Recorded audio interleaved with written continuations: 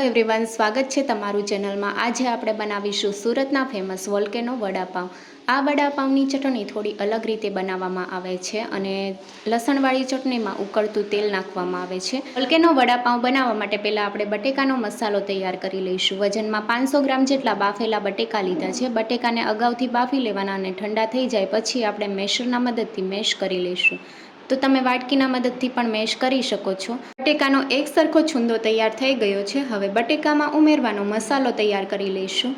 તો કોથમીરના પાન લઈ લીધા છે, સાથે 1 ઇંચ આદુનો ટુકડો લીધો છે, 10 થી 12 મીઠા લીમડાના પાન, તીખાશ માટે 2 લીલા મરચાંને મોટા ટુકડામાં કાપી લીધા છે, 8 થી 10 લસણની કળી। હવે મિક્સર જારમાં બધી વસ્તુ ઉમેરી દઈશું।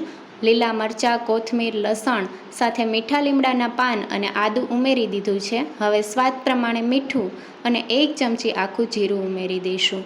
પાણી નથી ઉમેરવાનું, પાણી ઉમેર્યા વગર જ આપણે પેસ્ટ તૈયાર કરી લઈશું। વડામાં ઉમેરવાનો અધકચરો મસાલો તૈયાર કરી લીધો છે, તમે જોઈ શકો છો। હવે આ મસાલાને આપણે સાતળી લઈશું। પેનમાં 2 ચમચી જેટલું તેલ ઉમેરશું। તેલ ગરમ થાય એટલે અડધી ચમચી રાઈના દાણા। રાઈ ફૂટવા લાગી છે, હવે આપણે ચપટી હિંગ ઉમેરશું અને મીઠા લીમડાના પાન આપણે મસાલામાં ઉમેરી દીધા છે એટલે અત્યારે નથી ઉમેરતા। હવે આપણે અધકચરો મસાલો તૈયાર કર્યો છે તે બધો ઉમેરી દઈશું। મસાલાને મીડિયમ ગેસની ફ્લેમ ઉપર અડધી મિનિટ માટે સાતળી લઈશું, જેથી લસણનો કાચો સ્વાદ વહી જશે। મસાલો સારી રીતે સાતળી લીધો છે। હવે 1/4 ચમચી જેટલી હળદર પાવડર। હળદર પાવડર બહુ વધારે નથી ઉમેરવાની, સાથે અડધી ચમચી ગરમ મસાલા પાવડર ઉમેરીને મિક્સ કરી લઈશું। ગેસની ફ્લેમ બંધ કરી દઈશું। મસાલો તૈયાર થઈ ગયો છે।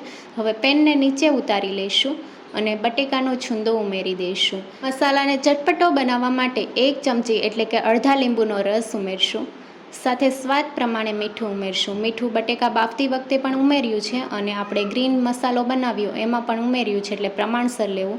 હવે કોથમીરના પાન ઉમેરશું। બધી વસ્તુને આપણે બટેકાના છૂંદા સાથે મિક્સ કરી લઈશું। એકદમ ચટપટું સ્ટફિંગ તૈયાર થઈ ગયું છે અને કલર પણ સારો આવ્યો છે। બટેકા વડા માટેનું સ્ટફિંગ તૈયાર થઈ ગયું છે। હવે થોડો બટેકાનો મસાલો હાથમાં લઈને રાઉન્ડ શેપ આપી દઈશું। બટેકા વડા તમારે જે સાઇઝના બનાવવો હોય એ સાઇઝના તમે આ રીતે બોલ્સ તૈયાર કરી શકો છો। બટેકા વડા માટેના બધા બોલ્સ તૈયાર કરી લીધા છે। હવે તીખી ચટણી બનાવવા માટે 8 થી 10 નંગ જેટલા સૂકા લાલ મરચાંને પાણીમાં પલાળી લીધા છે। મિક્સર જારમાં સૂકા લાલ મરચાં ઉમેરશું। પાણી નથી લેવાનું, પાણીમાં તીખાશનું પ્રમાણ હોય છે। હવે 10 થી 12 નંગ જેટલી લસણની કળી ઉમેરશું, સાથે સ્વાદ પ્રમાણે મીઠું, 1/4 ચમચી જેટલું સંચળ પાવડર ઉમેરશું। તમારે આખું જીરું ઉમેરવું હોય તો તમે આખું જીરું પણ ઉમેરી શકો છો। હવે અડધા કપ જેટલું પાણી ઉમેરીને આપણે એકદમ સ્મૂથ ચટણી તૈયાર કરી લઈશું। લસણ અને મરચાંની તીખી ચટણી તૈયાર થઈ ગઈ છે અને આ રીતે તમે જોઈ શકો છો એકદમ સ્મૂથ ચટણી તૈયાર થઈ છે। હવે આપણે ચટણીમાં થોડા કોથમીરના પાન ઉમેરશું, સાથે 1/4 કપ જેટલું ઉકળતું તેલ ઉમેરવાનું છે। તો વધારે ગરમ હોય એવું આપણે ઉમેરવાનું છે અને હવે સારી રીતે મિક્સ કરી લઈશું। તો સુરતના ફેમસ વડાપાઉંમાં આ રીતે ચટણીમાં ઉકળતું તેલ ઉમેરવામાં આવે છે, જ્યારે મુંબઈના વડાપાઉંમાં ડ્રાય ચટણી ઉમેરવામાં આવે છે। વડાપાઉં માટેની તીખી ચટણી તૈયાર થઈ ગઈ છે। હવે મરચાંના આપણે ભજીયા બનાવવાના છીએ, તો મરચાંને આ રીતે ઊભી સ્લાઇસમાં કાપી લીધા છે અને બિયાનો ભાગ અલગ કરી લીધો છે। હવે 1/4 ચમચી જેટલી હળદર પાવડર, સ્વાદ પ્રમાણે મીઠું, ચપટી હિંગ, 1 ચમચી લીંબુનો રસ ઉમેરીને સારી રીતે મિક્સ કરી લઈશું। તો મરચાં પણ તૈયાર થઈ ગયા છે અને બધી વસ્તુ વડાપાઉં માટેની તૈયાર થઈ ગઈ છે। હવે બેટર તૈયાર કરી લઈશું। મિક્સિંગ બાઉલમાં 2 કપ ચાળેલો ચણાનો લોટ ઉમેર્યો છે। ચણાના લોટની વસ્તુ બનાવતી વખતે ચણાનો લોટ ચાળીને લેવો, સાથે સ્વાદ પ્રમાણે મીઠું અને 1/4 ચમચી હળદર પાવડર ઉમેરશું। હળદર બહુ વધારે નથી ઉમેરવાની। ચપટી હિંગ ઉમેરશું, અડધી ચમચી અજમાને ક્રશ કરીને ઉમેરશું। ચણાના લોટમાં બધી વસ્તુ સારી રીતે મિક્સ કરી દઈશું। હવે 1 કપ જેટલું પાણી લીધું છે। પાણી એકસાથે નથી ઉમેરવાનું, થોડું થોડું પાણી ઉમેરીને આપણે બેટર તૈયાર કરી લઈશું। છેલ્લે હું તમને કહીશ કે બેટર તૈયાર કરવા માટે કેટલા પાણીની જરૂર પડી, તો આ રીતે આપણે થોડું થોડું પાણી ઉમેરીને બેટર તૈયાર કરી લઈશું।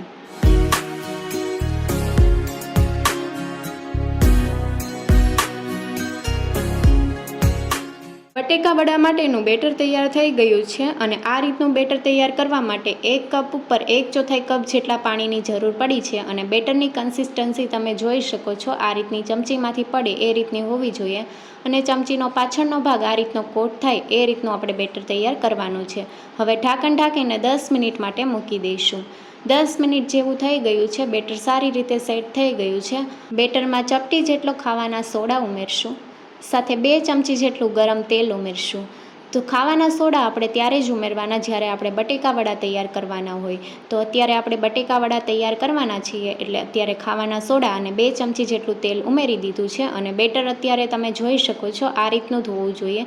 જો આ સમયે બેટર વધારે ઘટ હોય તો તમે થોડું પાણી ઉમેરીને આ રીતનું કરી શકો છો. હવે બટેકાનો મસાલો ઉમેરશું અને આ રીતે આપણે ચણાના લોટમાં સારી રીતે કોટ કરી લઈશું.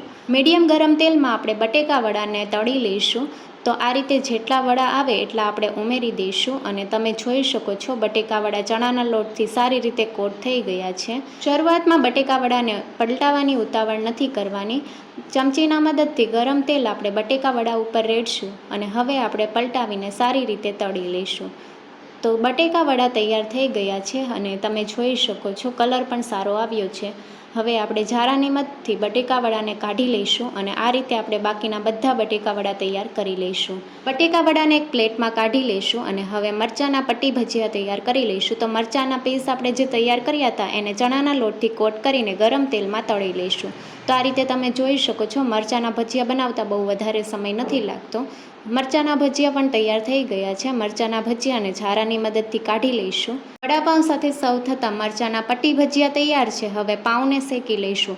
નોનસ્ટિક પેનમાં 2 ચમચી જેટલું તેલ ઉમેરશું. તમે તેલની જગ્યાએ બટર પણ ઉમેરી શકો છો. હવે 2 ચમચી લસણ મરચાંની તીખી ચટણી ઉમેરશું, સાથે કોથમીરના પાન ઉમેરશું.